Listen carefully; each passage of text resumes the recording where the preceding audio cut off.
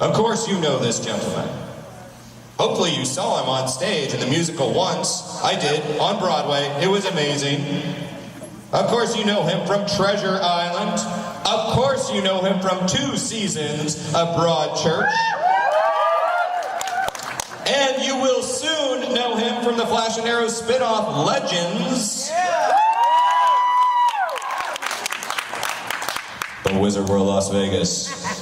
Please show a warm Las Vegas welcome to the last centurion, Mr. Rory Williams, Arthur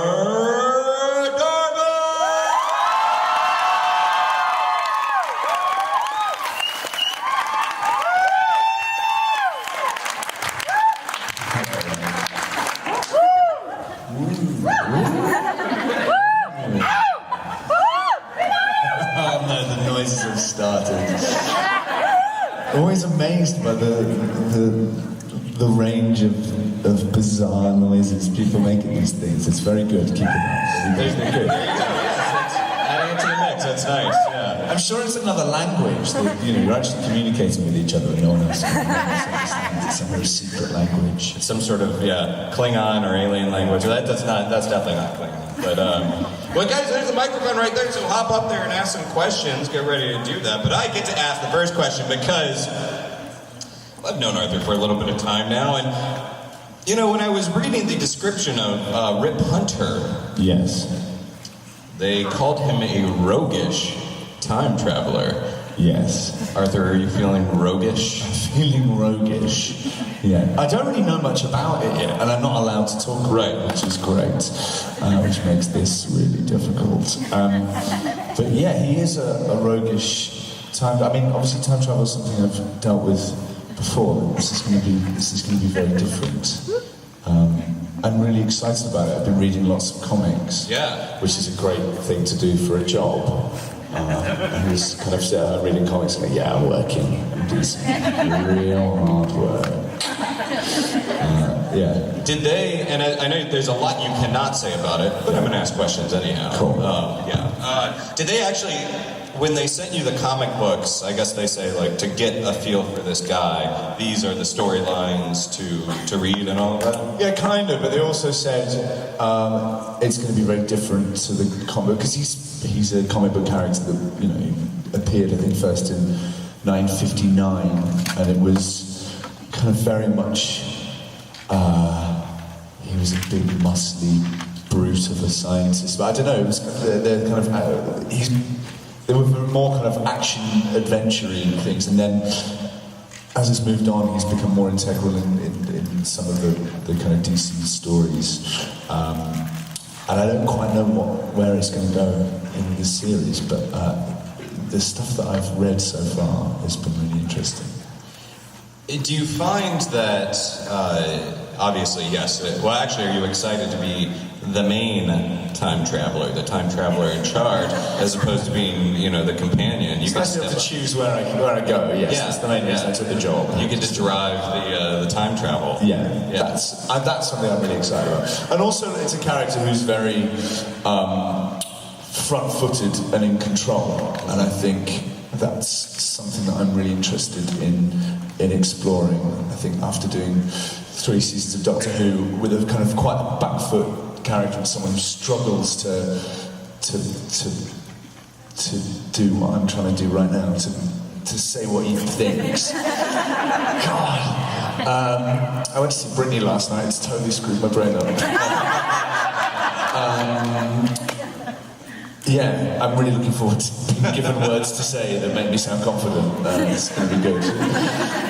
Well, there's obviously, I mean, we see a lot of actors that do crossover. I mean, even in Broadchurch, there's so many people that have worked on Doctor Who, and I think that's probably just the reality of being actors and working in Britain.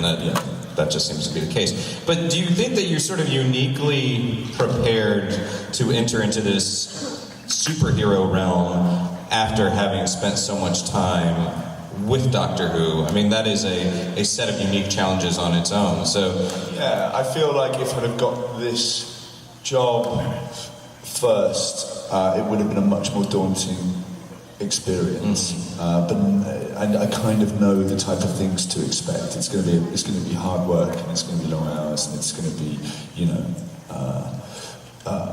it's going to be great, but it's going to be. It's going to affect a lot of areas of my life. You know, filming in Vancouver. Do you know what I mean? It's different to Cardiff, but there are similarities. So it's good that it is good that I've had that experience before. You know, there's one soundbite that's going to come out of this panel. It's that it's going to be very different from my life. I'm filming in Vancouver. That's different from Cardiff. Yeah, it is. It very much is. Well, Vancouver is quite nice, and then it's not. The weather sometimes gets quite. I like that though. If I don't have kind of wet socks every week, I'm kind of not. The random thought, and I apologize for this, but Vancouver has like great clouds. Really? Yes. Great clouds. It's my tip to you, my friend. I will be sending you pictures of all the clouds. Just clouds. Hey, look at this one. This is a good cloud, Aaron. You'll appreciate that. Is that a question? Or no, you're just hanging out guarding the mic. Cool. Okay. Come on, guys. Well, stand up, move over to the mic. So that way we observe the order of the mic and it doesn't fall into chaos. Break the seal. Yeah. Does this work? It does, yeah, you're right. I just recently saw a movie that you're in called Capture. Oh, right, yeah. I was just wondering how did you get that role and what did you feel about that movie and if you're going to do, you know, more stuff like that? Yeah, it was a short film that I did for Film 4 in London. This amazing guy called Ed Tracy who, look him up, he does this thing in the UK called Face Jacker. I don't know if any of you have seen it. It's brilliant, he directs it. Kay Van Novak is the main guy in it, and he does these great funny voices. He basically just prank calls people, but Ed animates these great cartoons around it. And anyway, he's decided to make a movie, so we made a short of this really cool movie called Capture about a guy who has a bug implanted into his brain that makes him fall in love with a woman who's trying to steal government secrets from him. That's a really simple explanation. But it's great, and we filmed it all on green screen in this tiny little room, and then he's created these huge landscapes around it. It was amazing. So if you get a chance to have a look at it, it's called Capture, and it's really cool. Do you find, after... I was kind of surprised when I heard about the sort of the Legends Aeroflash stuff when the news broke that you were doing it. I'm very happy about it, but sort of surprised just because, you know, you had done once. Yeah. You've been on stage Treasure Island for... Yeah. Treasure Island's been going on for... Yeah, we did it for about 5 months. Yeah. And then Broadchurch. Was there a hesitation at all about moving back into genre TV, like going back into sort of a sci-fi realm? Or I suppose there was, but I've been... of course there was. I think there is... With any big decision like that, there has to be a hesitation because it's going to take up so much time. And I was just really encouraged talking to the producers. You know, they're really passionate about it, and they totally, very quickly managed to convince me how good it was going to be. And the bits of script that I've seen are just great. Yeah, and it's very. For me, I like. It's about a variety of different characters, so the kind of platform for that isn't the most important thing. But for me, this is a really exciting, very different character to be able to play, and that's why I want to do it. So the genre thing is a slight, is a secondary thing to that. But then it's, you know, if I hadn't have taken the job, my 8-year-old self would have like really just thrown the tellies out of the cot. It would have been, you know, he would have been really angry. Yeah. So yeah, being true to my younger self by doing this. Yeah, the chance to play a superhero. Yeah. How can you turn that down? Exactly. And unfortunately, I don't think your character has a cape. But that not yet. You can work that into negotiations, yeah. Like so, just cape, just putting it out. Yeah, don't talk about the money. I want the cape. Yeah. Hi there. Hi. Rory started out as seemingly a unimportant character and developed into something big. Yeah. In fact, an awesome character.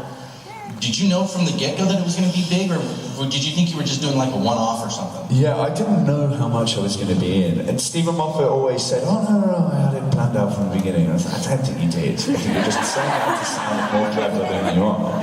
And you're very clever, so you don't need to do that. But I thought I was only doing about 5 episodes. They never told me how much I was. I just kept hanging around.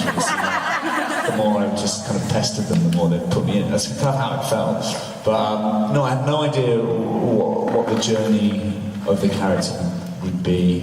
And I think, with all of these things, when you start doing a long-running series, they start writing for you, which is an amazing thing. So, Matt's Doctor evolved throughout the series as he played more and more with the script, and they started throwing more kind of challenging things at him. Kind of the same for the rest of us. I think the writers started writing more for us, and I was so pleased with the way that character arc turned out. It was so much fun to do, but I had no idea. These things are so secretive, so they, obviously kind of a few people audition for each role on all of these things. So they don't want the people who are auditioning and don't get the job to know everything that, to be bitter about not getting the job and then tell everyone what happened. So all the scripts that I saw, all the bits of scripts that I saw were fake and weren't, there was a few scenes that were similar to what ended up in the final series, but all the monster names were changed and things just, like scripts stopped halfway through scenes because too much information was being given away. It was really hard audition to prepare for because I was given no information whatsoever. So I had no idea where it was going to go. Yeah. Well, the casting process is such a bizarre situation because you start out with this thing on paper that does not exist and it doesn't belong to anyone, including you. Yeah. And then you're lucky enough to get that role and you're skilled enough to get that role. And then the writers start writing to you, for you. But as an actor, as that confidence grows, when did you really start to feel like Rory was yours and that you could say, I don't know that he would do that, or I feel like this is his move right now? Yeah, the first season we did was great, but I was probably one step behind. Being really honest, probably one step behind. It wasn't until we shot like the Big Bang and the Pandora Opens until I really felt like I knew what I was doing. I never really know what I'm doing. Everyone does. You kind of just like, there are only kids here, okay? You just kind of throw it at the wall and see if it sticks. You know what I mean? But it's so easy to come away from things and go, I should have done that differently. But you can't. You just kind of go in blind to these things and work really hard and have no regrets. Yeah. I forgot what the question was. I'm probably using this as therapy. But you answered. It was great. Hi, I have a question.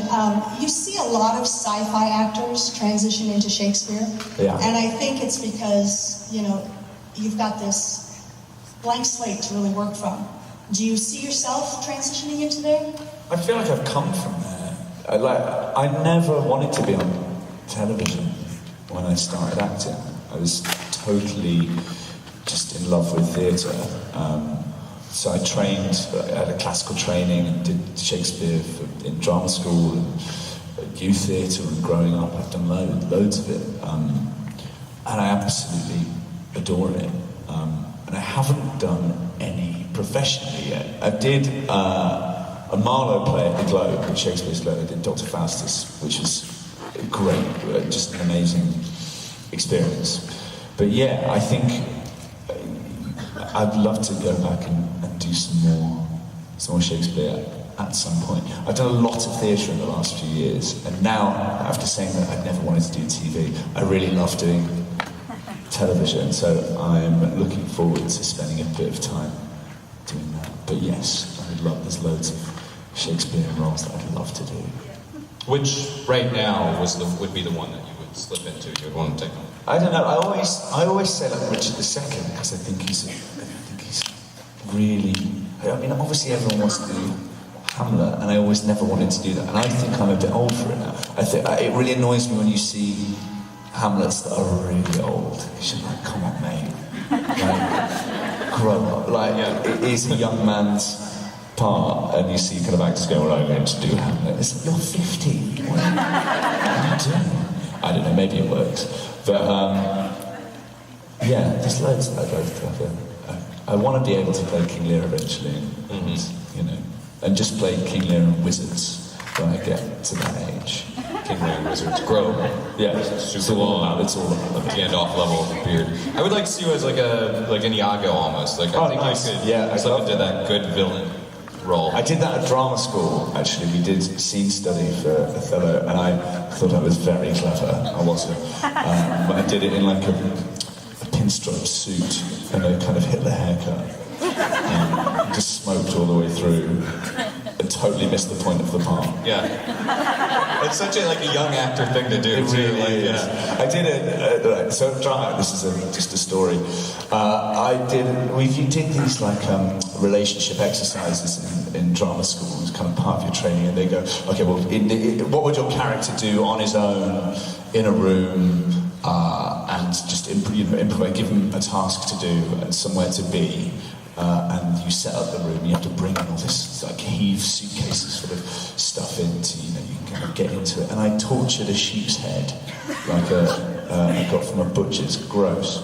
They've had this sheep's head and just kind of dissected it with a scalpel.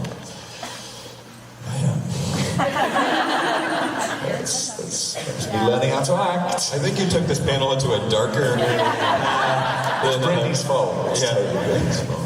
All right, hi, what's your question? Hi, how was it like working on Doctor Who?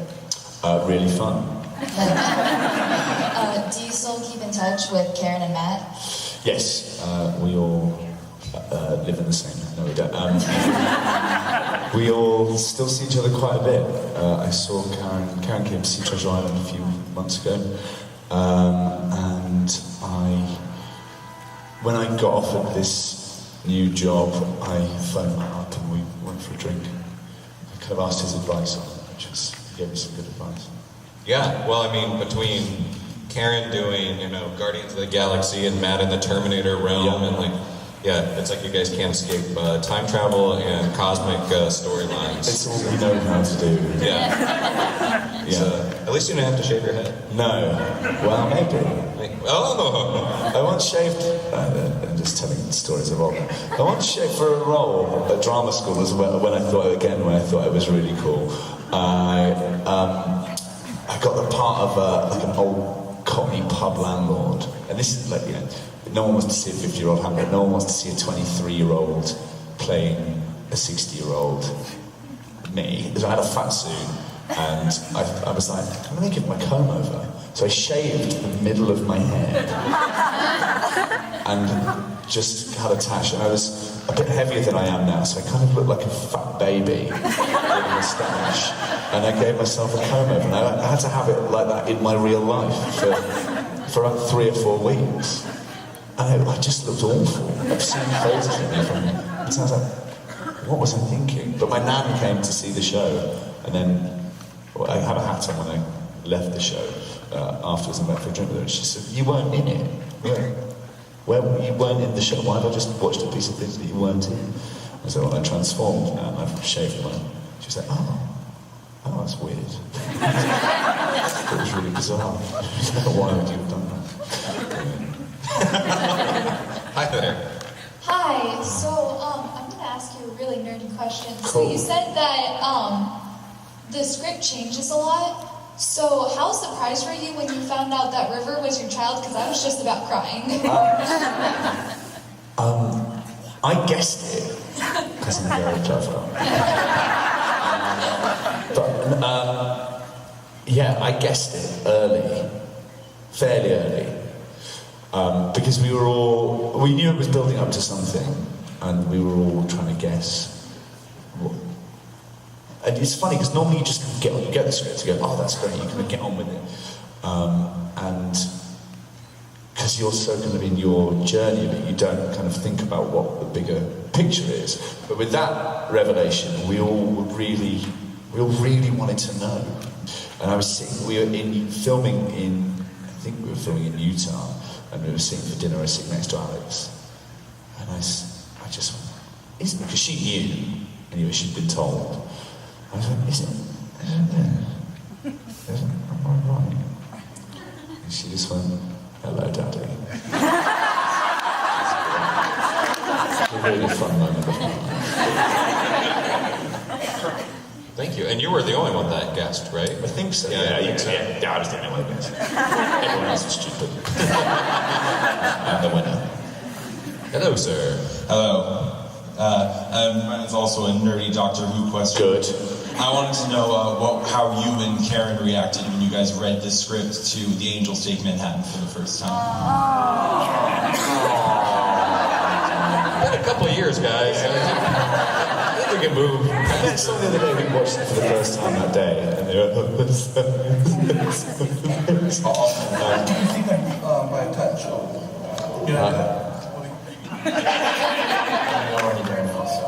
I think we're getting a very exciting mic from elsewhere, leading into. we're eavesdropping Maybe. on someone's I know. conversation.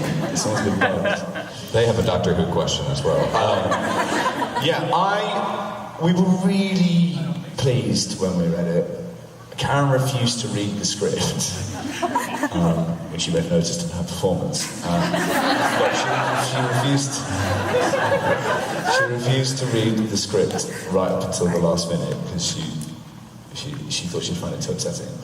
However, I'm quite professional and I wanted to learn my lines, so I read it. And I thought it was great. I think it was a really fitting end to such a massive story, and we felt a big responsibility to get it right. And also, it was, New York is a place that's kind of popped up in my life a few times.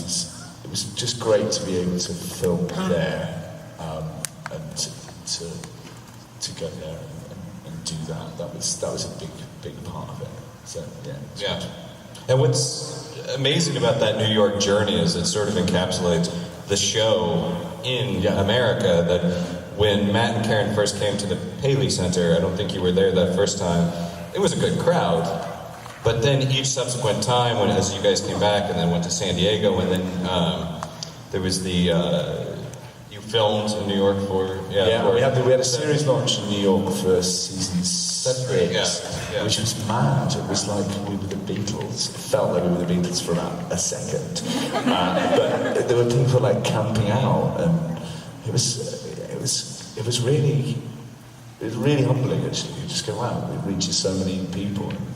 The reaction over here has just got bigger and bigger. I spent quite a bit of time over here now, and it's just amazing. It grows even now. Yeah, and I live in New York, and it was astounding when they were filming Angels Take Manhattan, because the police, the security, did not expect the fan turnout that showed up in Central Park. Three cops just going, oh no, we should have got more people. But the fans are amazing. What I love about Doctor Who fans is they want Doctor Who to be really good. So I think on some things, the kind of people run in and go, oh, I want to see what's going on, what's going on. And you go, look, you shut up and you get away, actually. But all the Doctor Who fans, we're just kind of standing there going, don't worry, I won't say a word. And then, they'd scream and whatever, and then as soon as the camera started rolling, they just kind of all grouped together like penguins and watch. Hi there. Hi. Obviously, there are super high expectations for the companions and the doctors on Doctor Who. So, did you feel a lot of pressure when you kind of went into center stage being a companion? No, but yes and no. Only because any job there's a pressure to not mess it up. I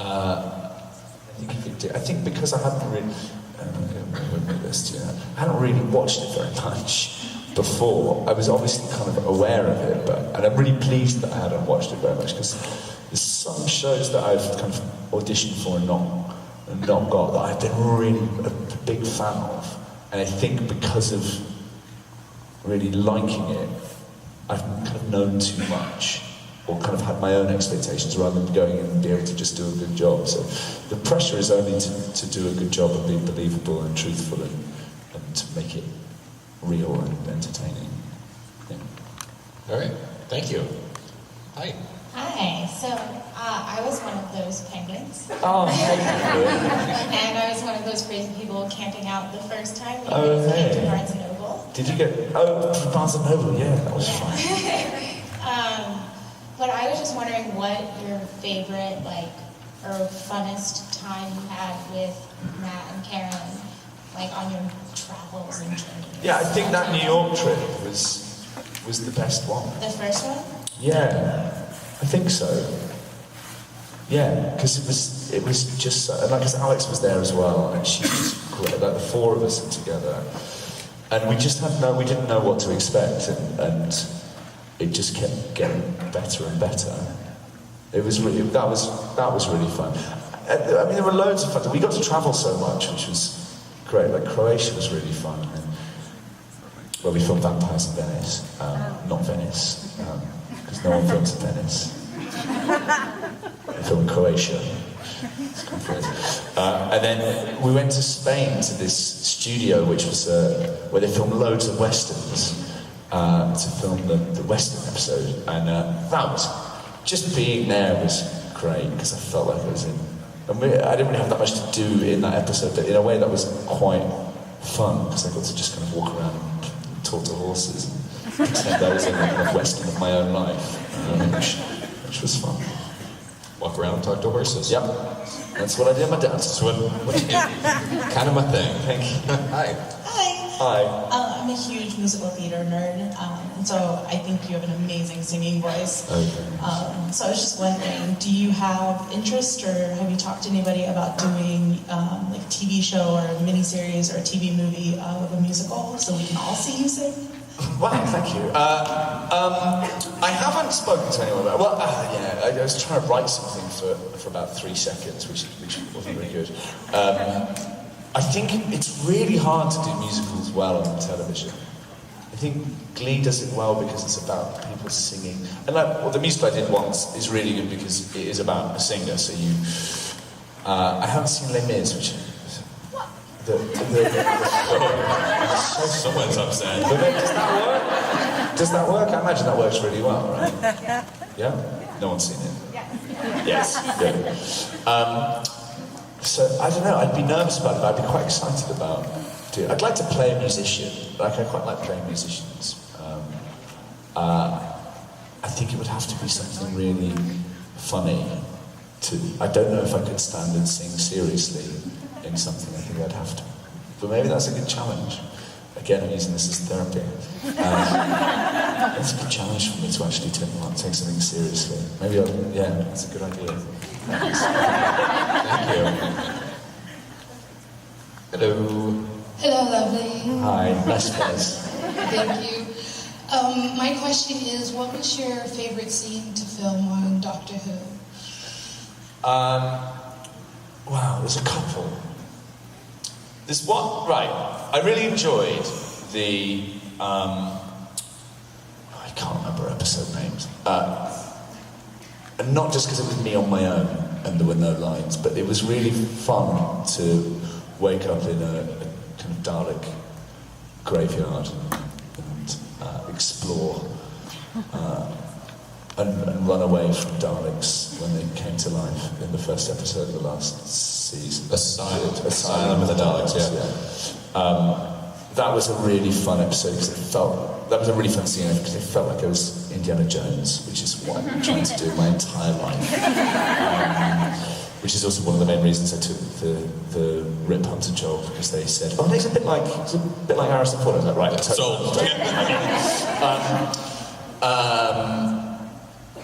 Yeah, so that was a really fun scene. And there was another scene when in the Articulate, in the Hitler episode, but when we woke up on the Tesselector and we were being chased by those weird jellyfish, I just found that a really fun scene.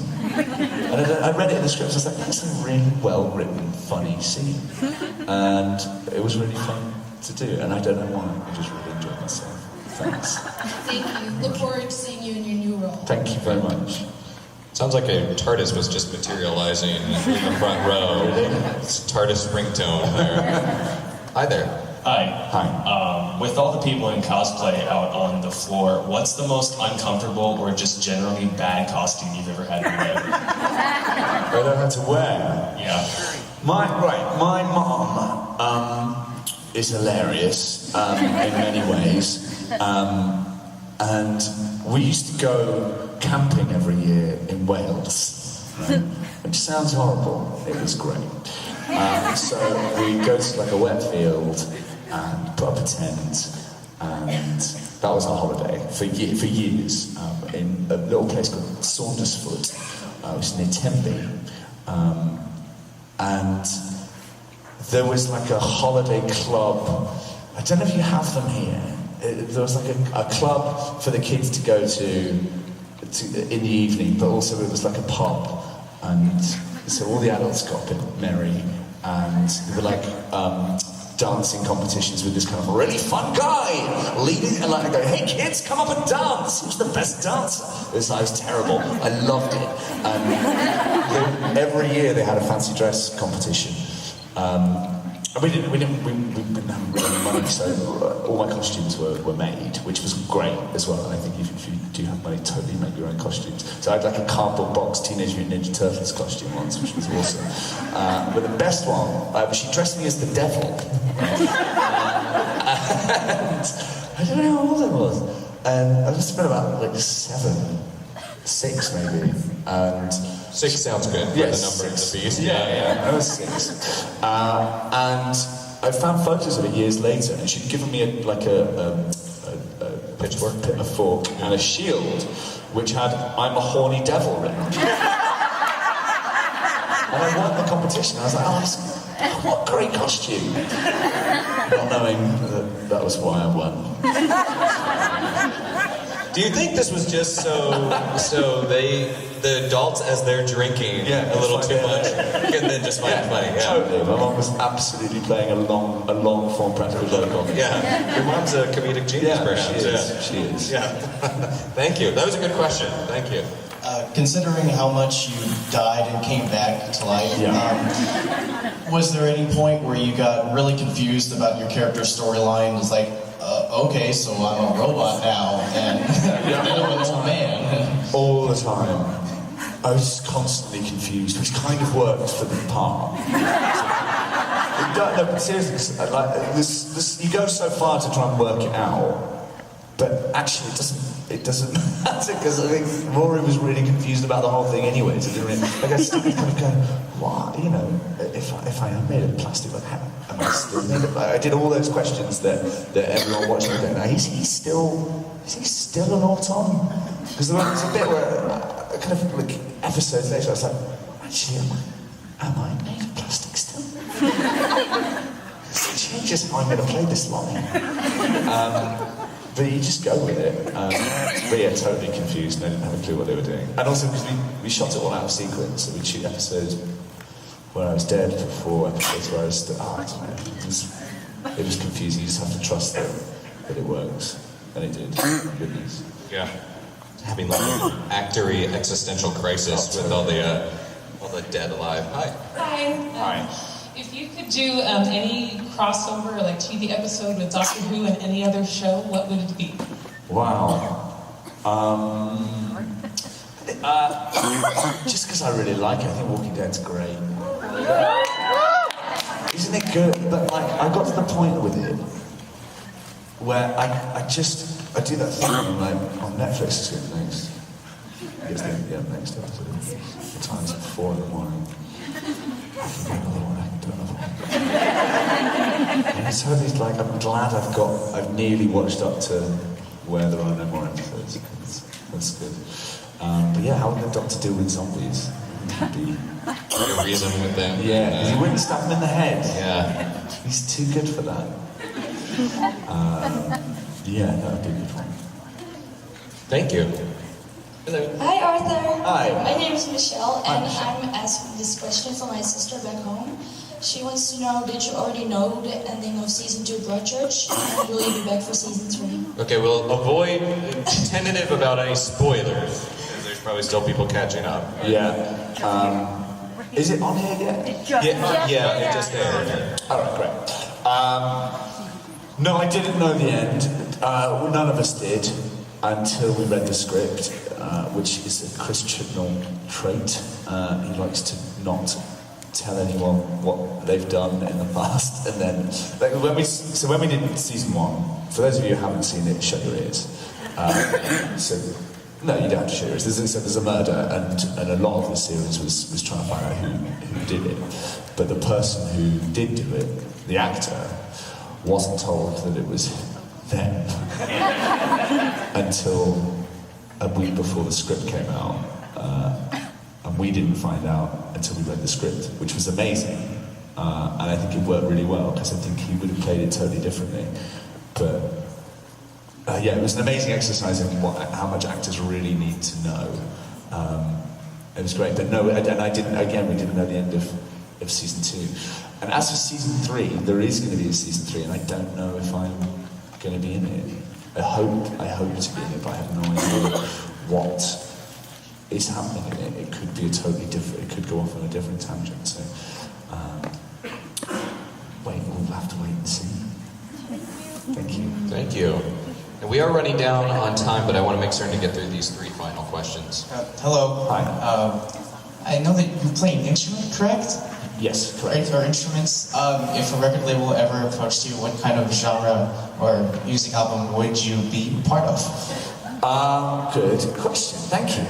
I mean, I'd probably do kind of sad songs about kind of embarrassing moments in my life. It's kind of. I'd use it as therapy. I'd love to write. Me and my mate Richard wrote a hip hop album a while ago. I was DJ Living Room. He was MC Ricky Mouse.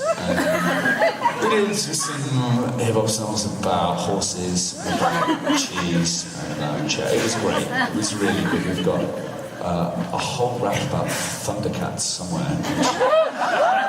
It's called Thundercategorical. I think we really made some waves on MySpace. Remember that? Yeah. So maybe a hip hop album. I'm definitely going to release a hip hop album. I'd like to do that. You've just given incentive to all these people and the internet, by extension, to go find. I don't know if you can find it. If you can't, if it's not up there, I might put some stuff back up because it's quite funny. I didn't rap. I just made the beats. I think I want to hear Thunder Categorical and the song about talking to horses. Hi. Hi. You talked about your training for being an actor. What made you want to be an actor? And do you have any advice for inspiring actors? Wow, I have no advice. I don't feel in a position to give any advice. I only know what I've done. But I always wanted to do it, which sounds... I couldn't really do anything else. My mom's a puppeteer and actress, and my dad's a musician. And they both love what they do and are very creative. And I've just kind of grown up with that kind of lifestyle, with kind of musicians and actors, and going to the theatre a lot.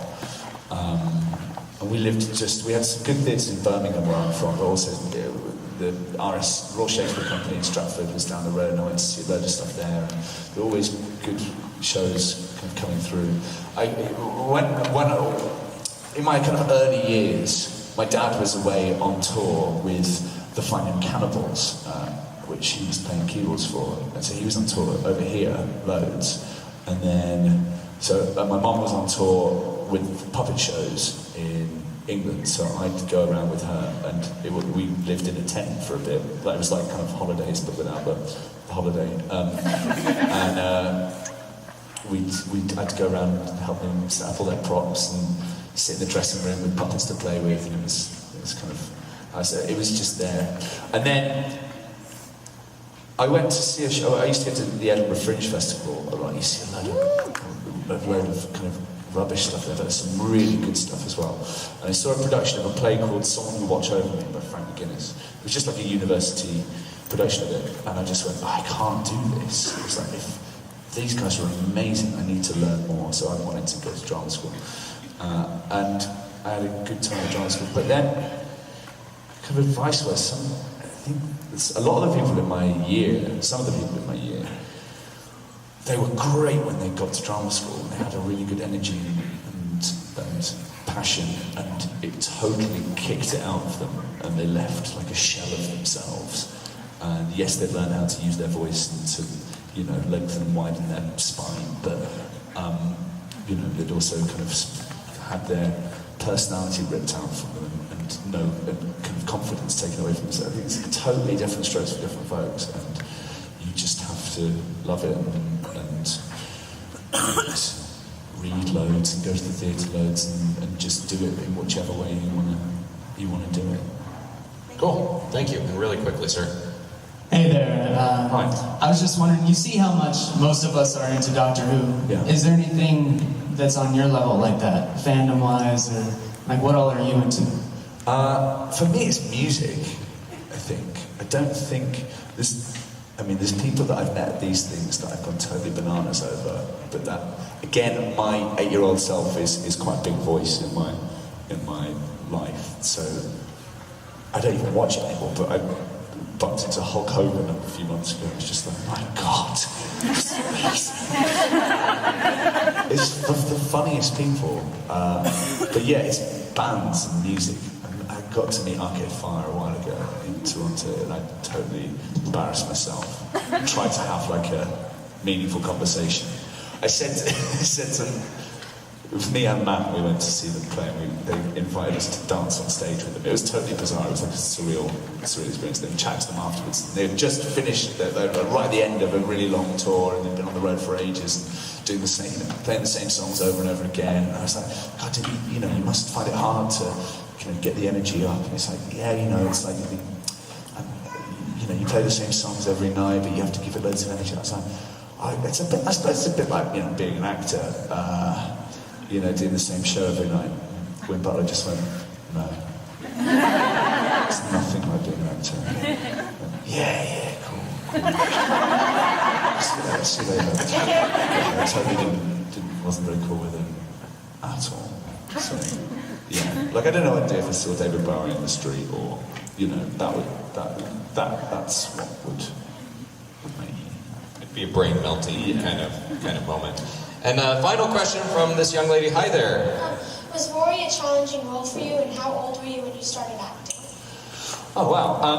Yeah, it was a challenging role for me. Yeah, they threw a lot of stuff my way, but it was a really fun challenge. I was really aware that Rory was like almost the audience's voice, like an average person's perspective, and I was really wanted him to be questioning and at the most insane moments going, what is going on? Yeah, and I started acting when I was really young, like 8, which is a long time ago. It's a long time ago. Yeah. All right, guys, well, thank you so much, and please go visit this guy at his autograph.